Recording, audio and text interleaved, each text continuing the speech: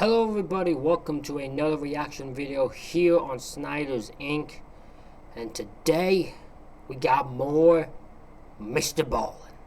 More Mr. Ballin. And today this one's called They Found a Camera in the Jungle, the Kris, Kremers, and Lisanne Froon story. I probably said those names totally wrong and I apologize. But let's get into this. But it's... Hey! I'm talking. You be quiet here. No, let's get you back to there. Okay. Are you all ready? Because I'm ready. Let's go!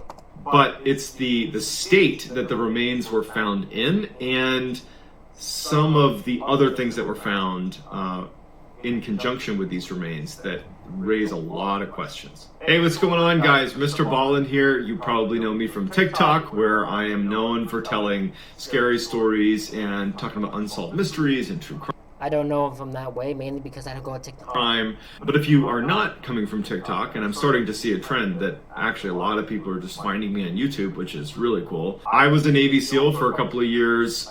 I was actually medically retired in 2017. And I started making content about my military experience, mostly on Instagram. And then I joined TikTok in the early part of this year.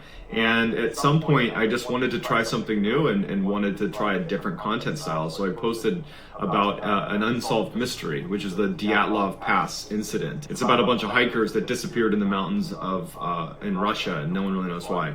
And it takes off, and it's something that I just am really interested in. I think unsolved mysteries are fascinating. I find myself almost as a hobby researching this stuff, and it was cool to finally have a place where I could actually create content around unsolved mysteries and true crime and kind of scary stuff. And TikTok was the place. But what I'm trying to do is transition over to YouTube, where I can tell longer versions of these stories and get a little... Think about this. This guy's had what, like not even that many videos, and this is how many subscribers he had already. Definitely subscribe to his channel if you have not. More in depth. And so I have committed to posting at least one of these types of videos on YouTube a week, and I hope that you will subscribe and you will follow along, because right now my YouTube skills are very low. Admittedly, I'm pretty good at TikTok, I'm pretty bad at YouTube, but I'm gonna get better. I would also love it if you guys have suggestions for videos that you pass them my way, either in the comments of the video, or you can shoot me a DM on Instagram. My handle is John B. Allen 416, so John Ballin 416. Shoot me a DM and I'd love to hear your feedback.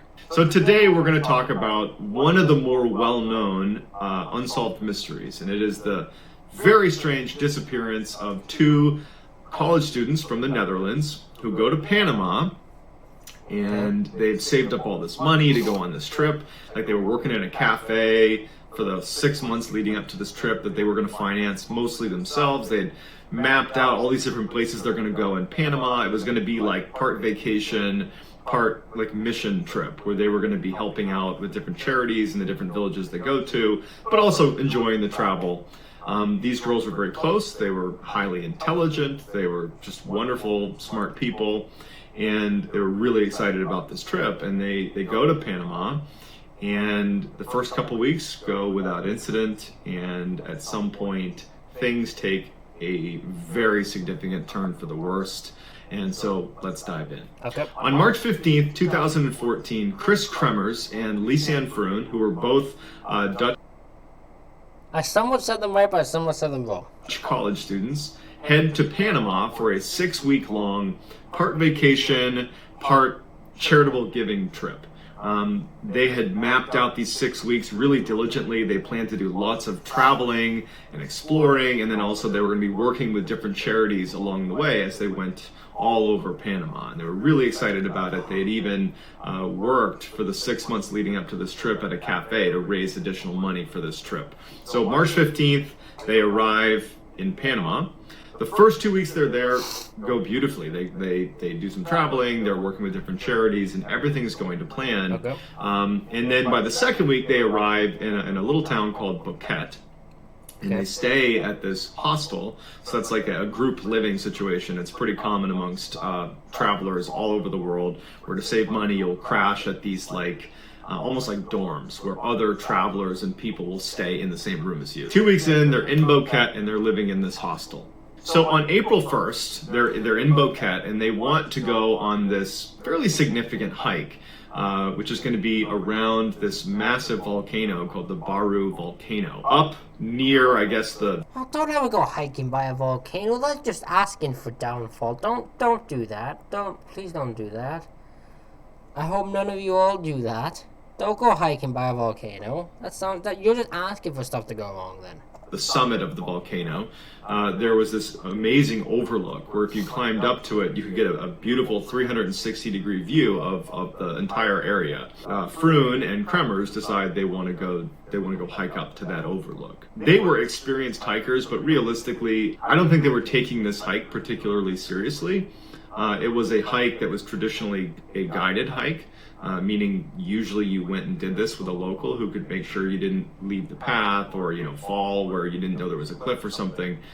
They opt to do this on their own. So they head out and they bring the...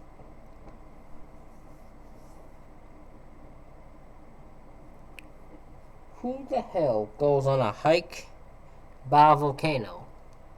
And then someone's like, you should really go with someone who knows what they're doing. And they're like, yeah, no, we're fine, we got it. What could go wrong? The hostel owner had a dog, and they decided to bring that dog along with them. It was a very friendly dog. So Kremers, Froon, and the dog head off for this hike up this volcano. They had a digital camera with them. In addition to water, and they had their phones, and all of the different kind of basic supplies, they had a camera. And so this is important because they take a bunch of pictures as they begin this journey. So that night, the dog returns to the hostel, but the girls aren't with the dog. And so this alerts the owners of the hostel, but they search the area, like I guess the immediate area, for the girls. They can't find them, and they decide, we'll just wait until the morning and see if they turn up. The next morning, they don't turn up. Additionally, the parents... King of the town, yeah, I've been there. Thanks. People with ADHD save 10 hours studying with this Chrome extension. But no, by all means.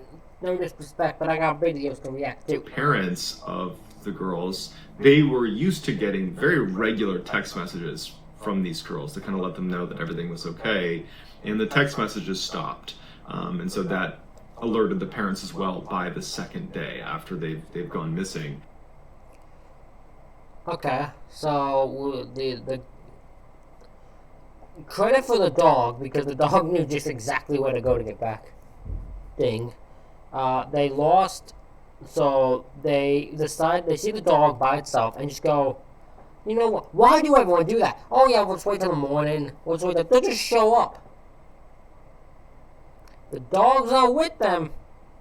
There's a problem there, because the dog will stay, unless the dog is going to bring you to them. Unless the dog is going to bring you to where they are. If that dog is not with you, with them, something has gone wrong. And so authorities are alerted. Search crews were organized on foot for the first day. So April 2nd, there are search crews all over the place looking for these girls. Can't find anything. The next day, they set up aerial search teams. They're scouring the jungle looking for signs of these girls. No sign of them. The search continues, and then on April 6th, the parents of Kremers and Froon, they arrive in Panama. They immediately offer a $30,000 reward for any information about their daughters, which is a ton of money in Panama. It's roughly equivalent to about $500,000 in a developed country.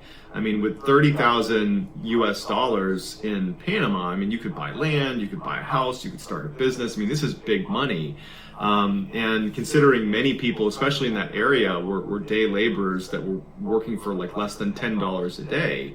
I mean, you would think that that type of reward for just information about these girls would incite hundreds of people to just on their own go looking for these girls. And if you consider too that, I mean, this is a small town. I mean, people news travels fast. This is the area they probably grew up in. They know the area really well.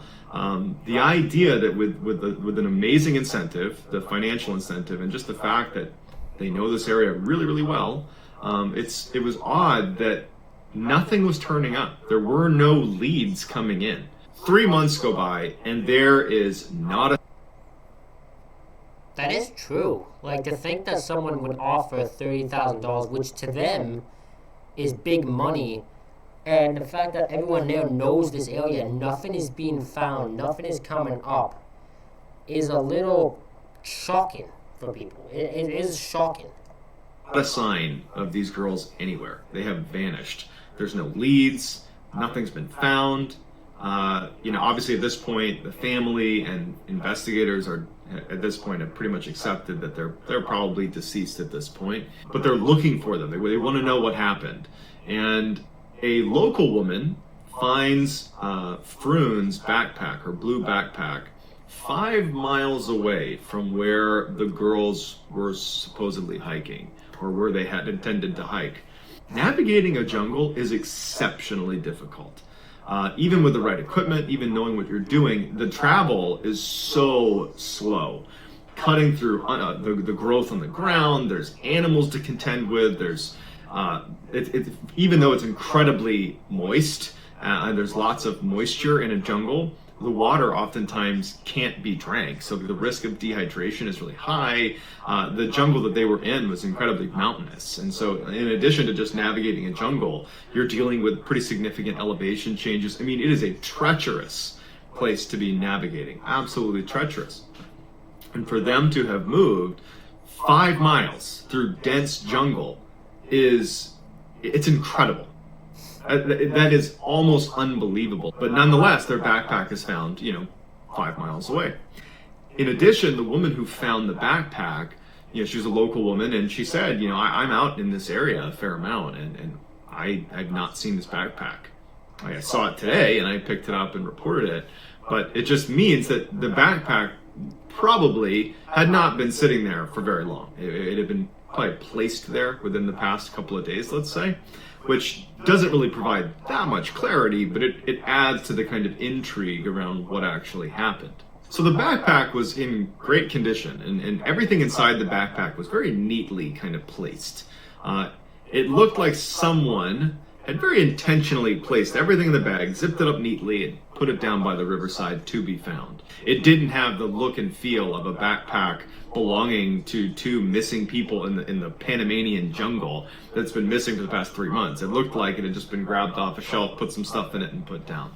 But either way, inside there was, there's sunglasses, there was a water bottle, there was some underwear that was in there, and their digital camera was in there, which is going to be really important. And both of their phones were in there, another really important part of this investigation. So when the initial search was conducted, it was done with a focus on the volcano area, because that's the last place the girls had been, at least as far as everybody understood. But now that they found this backpack 5 miles away, they had a new area to search. And so they start searching around the area around the backpack, and they quickly find some of the girls' clothing neatly folded on the side of a river, but no. Okay, so these girls are not dying, are not doing this on their own. There's no way they're thinking of folding up stuff. Well, I can't say that, because I guess they could be thinking that if they do it, and as weird as it is, people might connect the dots. I have to believe that might be their thought process. If you place the bag there, people might see it and might go looking more. If people find our clothes, they might start looking more. That could be the thought process. I'm not really sure, though. No sign of the girls. And then another 2 months go by, and they finally locate in the same rough area that the clothes and the backpack were found. They actually discover some of the remains of the girls. That DNA confirms it was them. But it's the state that the remains were found in, and some of the other things that were found in conjunction with these remains that raise a lot of questions. So of the remains that were found, DNA proved that some of them were Kris Kremers and Lisanne Froon. DNA also showed that mixed in with some of the bone fragments and pieces of remains that were found were at least 3 other people's remains. So we're talking about 5 people's remains in this. Okay, so this is an animal. An animal of sorts, anyways. Because for it to have 5 people remains means that something has hunted people and took these people out. So my guess is it's some type of animal. I don't know what animal can rip a person's body to shreds, but you'll let me know in the comments. Let me know in the same comments. Area. Also, interestingly, scientists were able to look at the bones, and there were no scratches on the bones. So that's important if you think about it, because their bones were found all over the place. They had been, broken apart, right? Well, if an animal had been responsible, there would have been scratches all over the bones because they would have broken the bones that way. Without those scratches, the only other way it could happen is if they've basically been pulverized, basically broken with like blunt force. So obviously something horrible has happened to these 2 girls, but their remains really only show investigators that the women had died. It doesn't show how they died or really anything.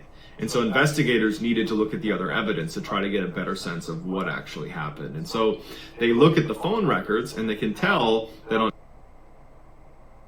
April 1st, when they started this hike initially, there is a string of distress calls that are sent within like an hour of the hike starting. So whatever happened to these girls happened almost immediately on their hike. None of those calls connect. Over the course of those first 4 days, as they're trying to reach help via their cell phone, nothing's connecting, and then Froon's phone dies. Kremers' phone does not, and they begin, they or she, begin turning it off and then turning it on sporadically to try to get reception. On April 6th, something interesting starts to happen. Somebody was trying to access Kremers' phone. There was multiple failed log. And I feel better now. Do, do, do, do, do.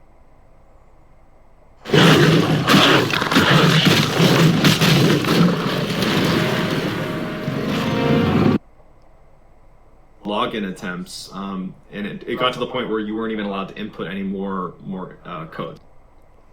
Okay, so I'm trying to think, because my first thought is, okay, someone or something might be trying to get into a phone.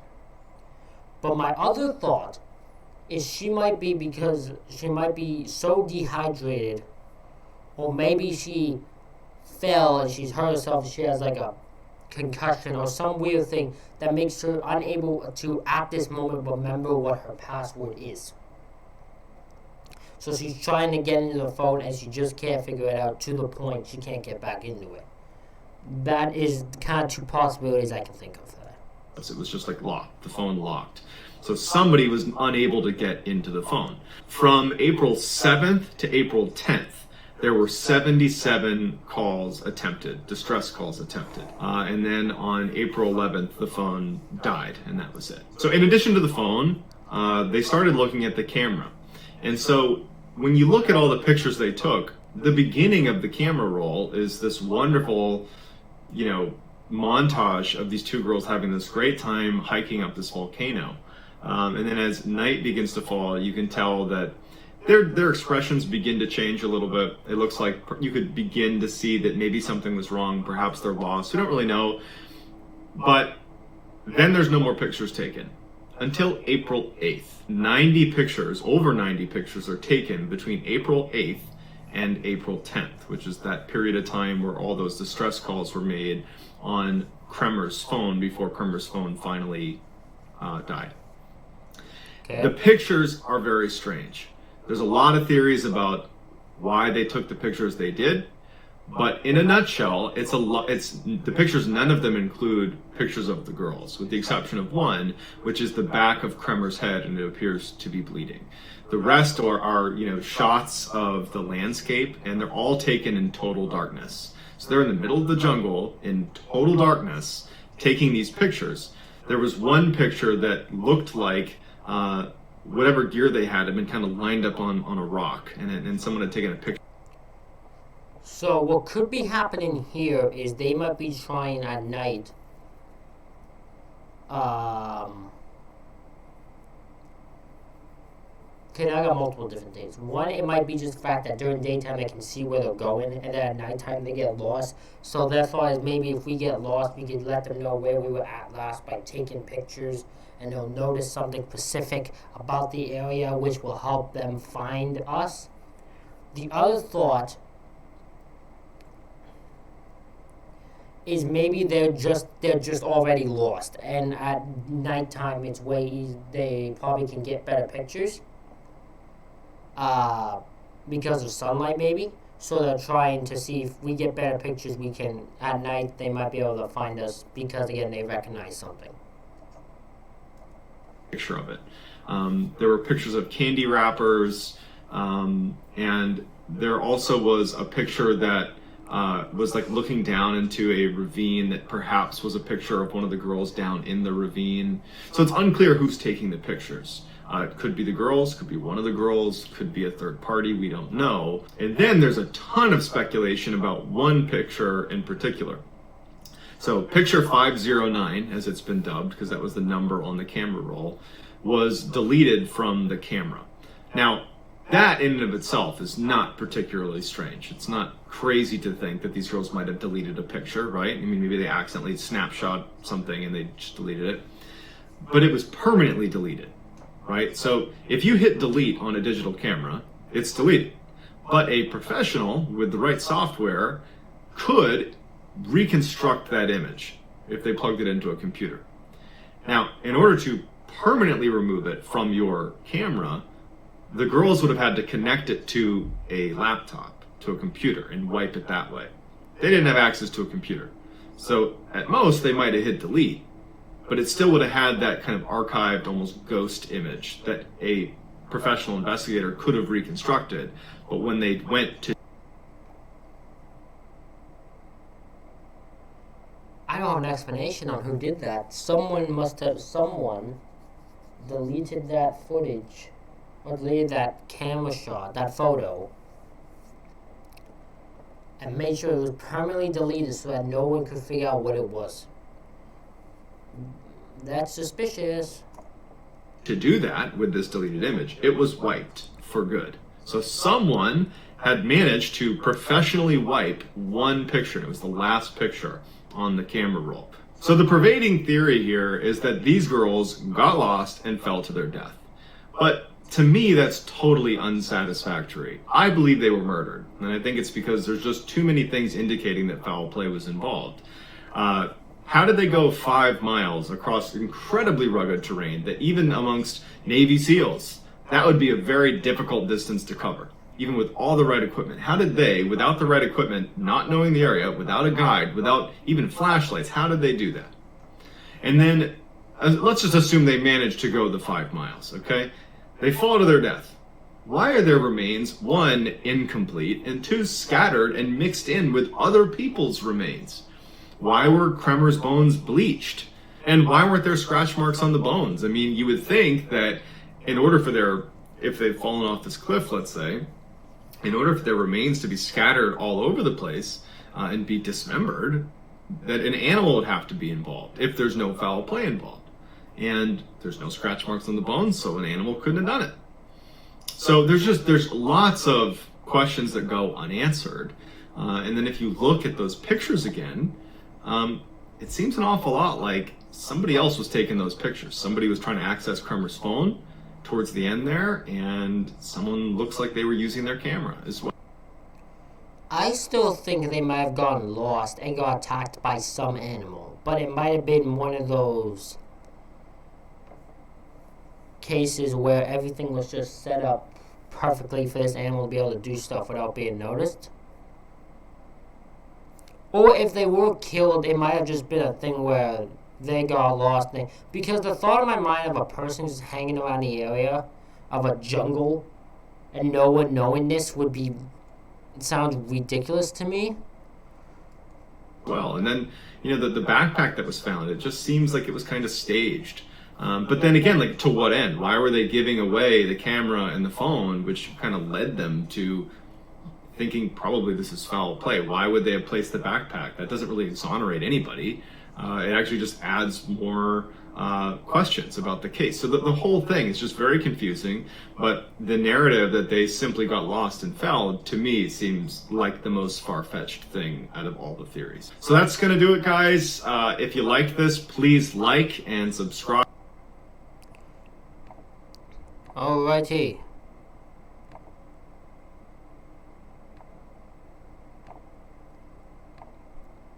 So that is that for reaction. Hope you all enjoyed this reaction. If you could hit the, you know what time it is, if you could hit the subscribe button, I'd really appreciate it. If you could hit the like button. If you have any suggestions for stuff you would like me to react to, please comment them down below. Thank you everybody for joining me here on this reaction video, and I will see you for the next one.